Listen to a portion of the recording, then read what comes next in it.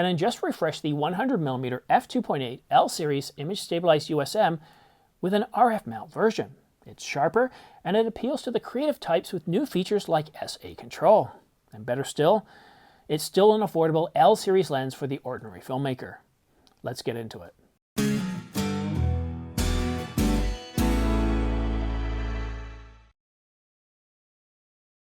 Thanks for tuning in to The Ordinary Filmmaker. Subscribe to get notification of new videos like this one so you don't miss any news, rumors, gear reviews, or tutorials.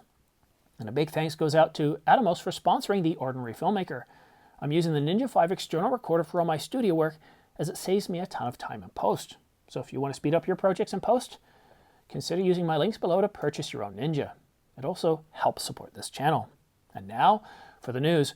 Canon announced 3 RF lenses today, the RF 100mm f2.8 L series image stabilized USM, the main focus of this video. They also announced the 400mm f2.8 L series image stabilized USM and the 600mm f4 L series image stabilized USM. Now at $11.99 and $12.99 for the 400 and 600 respectively, it places them firmly out of the reach of the ordinary filmmaker. But the Canon RF 100mm f2.8 L series image stabilization or image stabilized lens comes in at $13.99 US, making it affordable to the ordinary filmmaker. Let's take a quick look at the capabilities of this lens in this mini review. The 100mm can magnify up to 1.4 times, so you can easily fill the frame with small items like coins, insects, or jewelry. I personally like taking shots of bees and ladybugs and that sort of thing. And here's the thing too, while magnified, while tightly in, filling the frame, you can still pull focus automatically. So that's really cool, and it's very sharp. And it also has a quiet and powerful focus motor, making it ideal for the ordinary filmmaker. At least that's what we're told. I had the EF version, and while it produced great photos, the focus motor sounded like a squirrel gnawing on a nut and played back at twice the normal speed. So to be able to pull focus and keep things quiet though, it has dual nano USM focus motors, and I've already placed my order for this lens, and I'll let you know if the focus motor is truly as quiet as Canon tells us it is. When I talk about being quiet, I need it to be quiet enough that I can put a shotgun mic on top in the hot shoe and not have to worry about any, well, squirrel sounds. I thought the RF 50mm f1.2 would be quiet too, but it actually makes more noise than the EF version, so fingers crossed there. And speaking of the RF 50mm f1.2, well, like it, or unlike it, the RF 100mm has minimal focus breathing. The focus breathing on the 50mm 1.2, I was staggered as how much focus breathing it had. And to be honest with you, it was so much worse than the 24 to 105 f4. The focus breathing on that one was truly minimal. So for video, the 50mm 1.2, f1.2 does have an awful lot of focus breathing. The 100mm is constructed with 17 elements, and it has built-in image stabilization with up to 5 stops, or with 5 stops. Now, this allows you to get up to 8 stops when combined with the Canon EOS R5 or R6, and once it's available, the EOS R3 as well. The RF 100mm has a new feature over the EF version that many of you have been asking about called SA control. It's a creative option, saving you time in post. If you leave it in the middle setting, well, then no adjustments are changed or nothing is changed with the image, and it pretty much acts like a traditional macro lens. And also, there's an option to lock it in that middle position. So if you don't want to fiddle around with it, you're not that creative, and you know who you are, Tim. No, I'm just kidding, Tim. I'm just teasing Tim a little bit. If you, however, move that SA control to the plus or minus, it's going to give you a soft focus and dreamy look. And it's really cool to be able to do this while shooting instead of waiting to do it in post. And you can also alter the shape of the Tone A as well. I can't wait to try out this lens myself. It makes this lens so much more interesting.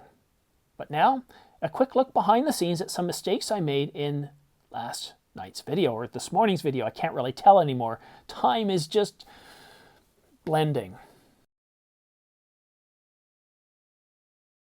So I first want to make a correction. I posted about the prices of the Canon 100mm this morning as $15.99 And this was all based on the Japanese pricing coming out from Nakashita, and it was posted in yen, and I just did a spot currency conversion, and I got $15.99 for the RF 100mm f2.8, which is actually $13.99. And the 400mm f2.8 is $11.99 instead of $13.99. And of course, the 600mm is $12.99 instead of $15.99. So sorry about those mistakes, but sometimes when you're trying to get out there, you've got the latest information.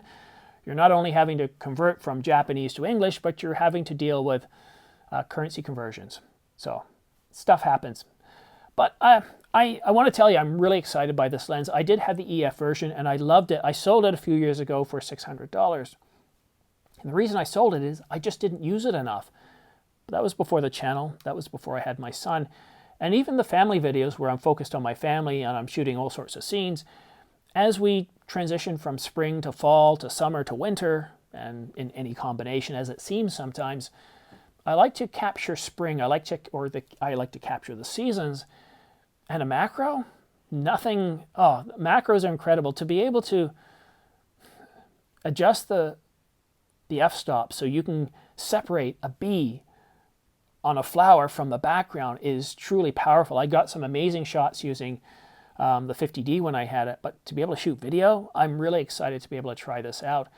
And I was fearful. I was fearful that Canon would announce this lens at something like $2,000 US or $2,100 US, which would make it almost 3,000 Canadian. And for a lens that I wouldn't use all the time, I just couldn't justify that price. But $13.99, that puts it at about $18.49 Canadian.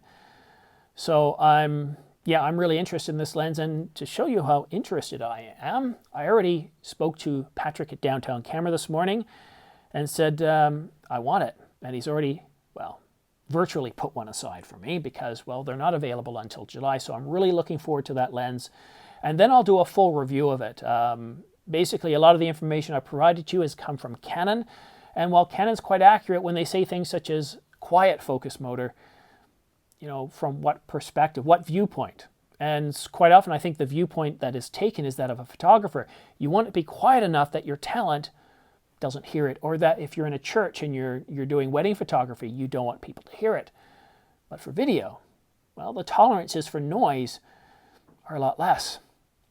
You put a Rode VideoMic Pro or a Sennheiser MKE 400 on there, and it's going to pick up small sounds. And just like with the 50mm, the EF 50mm was perfect. While it would pick up some sounds with the EF version, quite often I was outside filming, and what I would do is I'd record from the Tascam. I'd record separate audio here, and then I'd take the in-camera audio, drop it by about 7 or 8 dB, and it would provide a nice full background because the Tascam, it tends to remove a lot of those ambient sounds, focusing mostly on the talent, whereas the R5 picks up everything. It's far more omnidirectional, and when you drop it about 7 to 8, it actually adds to the scene. It provides a more full audio than just a Tascam. And I like using the Tascam because if it gets loud outside, I'm guaranteed to get good audio from my talent, my son, and then I can always use the in-camera audio to pull and provide more full audio. And so I'm really hoping that the 100mm is quiet. If not, I can work around it. I'm not going to get rid of it, but I want you to have reviews of these lenses from the viewpoint of the ordinary filmmaker, because there are tons of reviews that are out there for photographers, and the capability needs of photographers are very different from videographers, ordinary filmmakers. But that is it for now. Thank you so much for watching The Ordinary Filmmaker. If you're not a subscriber, go ahead and subscribe so you get the latest news and information. But also, you have a chance of winning 2 Angelbird 128GB AV Pro MK2 B90 SD cards, along with an Angelbird dual SD card reader. Or you could also win a Ulanzi LED light package with an accent light, underwater light, and various other flat panel lights to help you light your subject, or as a great starter kit for someone starting their own channel. And if you'd like to support this channel, please use my affiliate links down below for B&H and Amazon to pre-order any of these lenses announced at the event, or even the R3.